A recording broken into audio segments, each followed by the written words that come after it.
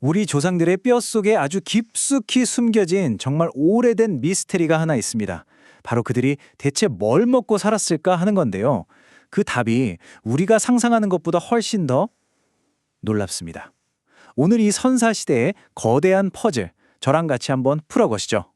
과학자들이 네안데르탈인의 뼈를 분석하다가요, 정말 이상한 걸 발견했어요. 바로 질소 수치였는데요. 이 그래프를 좀 보세요. 늑대나 하이에나 같은 당대의 최상위 포식자들보다도 네안데르탈인의 질소 수치가 말도 안 되게 높은 거예요. 그래서 과학자들은 이런 결론을 내렸죠. 아, 네안데르탈인은 거의 고기만 먹는 초고도 육식동물이었구나. 자, 그런데 말이죠. 바로 이 초고도 육식동물이라는 이론에서부터 아주 치명적인, 정말 골치 아픈 문제가 시작됩니다. 한마디로 역설에 부딪힌 거죠. 이게 왜 말이 안 되냐면요. 바로 우리 몸 구조 때문입니다. 우리 인간은 영장류잖아요. 창자가 길고 에너지를 얻으려면 지방이나 탄수화물이 꼭 필요해요. 반면에 사자나 늑대 같은 진짜 육식동물들은 창자가 짧아서 지방 없는 살코기만 먹고도 멀쩡히 살아갑니다. 그러니까 생물학적으로 우리는 순수 단백질 식단만으로는 절대 살아남을 수가 없다는 뜻이에요. 아니, 그럼 대체 어떻게 된 걸까요? 우리 조상들은 자신의 몸이 받아들이지도 못하는 그런 식단으로 어떻게 살아남을 수 있었을까요? 바로 이 질문이 오늘 우리가 풀어야 할 가장 큰 미스터리입니다. 이 미스터리를 풀 첫 번째 단서는 좀 의외의 곳에 있습니다. 바로 고기의 상태예요. 어쩌면 우리 조상들이 먹었던 고기가 우리가 생각하는 그런 신선한 고기가 아니었을지도 모른다는 거죠. 보통 썩는다고 하면 좀 그렇잖아요? 근데 이걸 다르게 생각해야 해요. 선사시대 인류에게 이건 일종의 발효 과정되었을 수 있습니다. 박테리아가 질긴 단백질을 먼저 분해해주는, 그러니까 사전 소화를 해준 셈이죠. 덕분에 우리 같은 영장류의 소화기관으로도 고기를 훨씬 쉽게 소화할 수 있게 된 겁니다. 자, 이걸로 소화의 비문은 어느 정도 풀렸어요. 하지만 아직 끝이 아닙니다. 이 썩은 고기 이론만으로는 네안데르탈인 뼈에서 발견됐던 그 비정상적으로 높은 질소 수치를 설명할 수가 없었거든요. 진짜 비밀은 다른 곳에 있었습니다.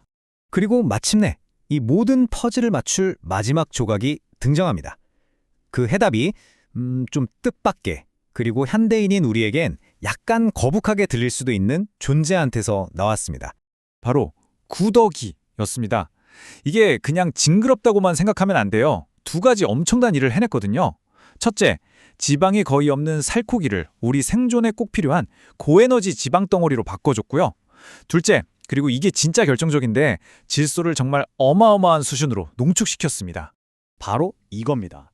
이 숫자 하나로 모든 게 설명이 돼요. 파리유충, 그러니까 구더기의 질소 함량이 무려 40ppm을 넘어갑니다. 다른 어떤 음식에서도 찾아볼 수 없는 수치죠.